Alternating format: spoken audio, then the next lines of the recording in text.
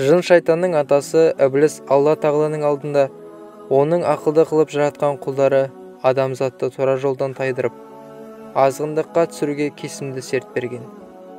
Шайтан сол кезден бастап адам баласына қаны қас үш ең ашық дұшпан. Ол қазірде өз мойнына алған міндеттемесін орындап бағуда. Жаратылыстың әу басында орын алған бұл оқиға жайында Алла тағала былай дейді. Алла оған шайтанға лағнет айтты. Сонда ол шайтан былай деді: мен қайткенде де сенің құлдарыңнан бір бөлігін аламын. Мен оларды адастырамын, үміттендіремін, оларға түліктердің құлақтарын кестіремін, оларға бұйырамын, сонда олар Алланың жаратылысын өзгертеді. Кімде-кім Алланы қойып шайтанды жақын жанашыр тұтатын болса, ол орны толмас қасіретке ұшырады.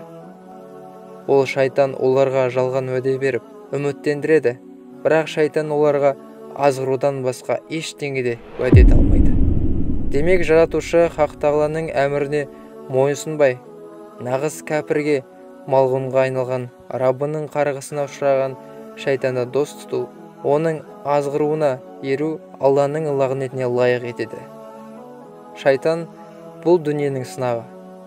Жаратқан иеміз оған осы дүниеде мұрсат берді. Сөйтіп пәни дүниесі иман мен күпірдің, тақуалық пен азғындықтың, құдайшылық пен шайтандықтың күрес ордасына айналған. Құран кәрімде былай делінеді: ол шайтан маған олар қайта тірілетін күнге дейін бір мұрсат бер, деді. Ол Алла: расында сен мұрсат берілгендерденсің, деді. Ол шайтан: мені азғырғаның үшін оларды сенің тура жолыңның қасында аңдап отырамын. Сосын мен олардың алдарынан, арттарынан, оңдарынан, солдарынан келемін. Сонда сен олардың көпшілігін шүкірлік күйде таппайсың, деді. Алайда Алла тағала иман келтіргендердің жанашыры. Сондықтан да тура жолдағы пенделерін албасты шайтанның арбауынан сақтайды. Іблістің ізбасарларының билігі оларға ешқашанда жүрмейді. Ол Алла: бұл маған жеткізілетін тура жол, шындығында сен менің құлдарыма қарсы ешқандай билік жоқ, тек соңыңа еретін адасқандардан басқа, деді. Бірақ та адамдардың бір бөлігі шайтанның ізіне еріп кетті. Олар өздеріне анық айғақ Құран кәрім Алла елшісі саллаллаху алейхи вассалам келсе де көре көзге тоң мойындықпен теріс жолға түсті. Шайтан ондай сипатты достарының табылғанына қатты қуанып, оларды өзінің тобына қосып алды. Сосын оларға ақты қара деп, иманды күпір деп, жақсыны жаман, қараңғыны нұр деп көрсетті. Оларды тура жолдан аулақ, көз көрмес, құлақ естімес рухани құрдымға алып кетті. Алла Құран кәрімде былай дейді: шындығында өздеріне тура жол айқындалғаннан кейін кері кеткендерді шайтан азғырып үстемдік қылды. Расында шайтан аталған аятта айтылғандай тура жолды көре тұра оған түспей, жаратқанның бұйрығын орындамайтын жандардың нәпсілерінің алдындағы дәрменсіздіктерін пайдаланып, оларды азғырудың небір түрімен азғырды. Ақырында ондайларды намаздан, ғибадаттан, ақырында иманнан аулаға алып кетеді. Алла тағала күллі адамзатты шайтанның азғыруына ермеуге, оның тобына болмауға шақырады.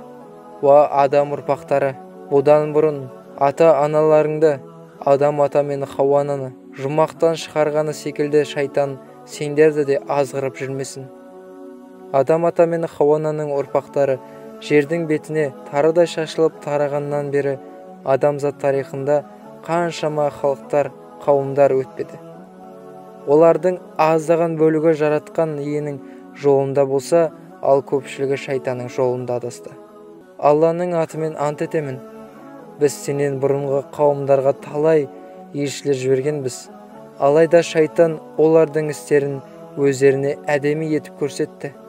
Міне, бүгін қиямет күні ол шайтан олардың досы, олардың барлығына күйзелтуші азап болады.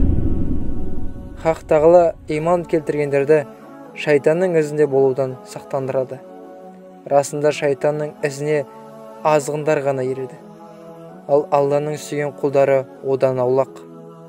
Уа иман келтіргендер, шайтанның іздерін баспаңдар. Кім шайтанның ізімен жүрсе, расында ол шайтан азғындық пен теріс іске үгіттейді. Егерде сендерге деген Алланың мейірімі мен рахымы болмағанда, сендердің ешқайсыларын тазармас едіңдер.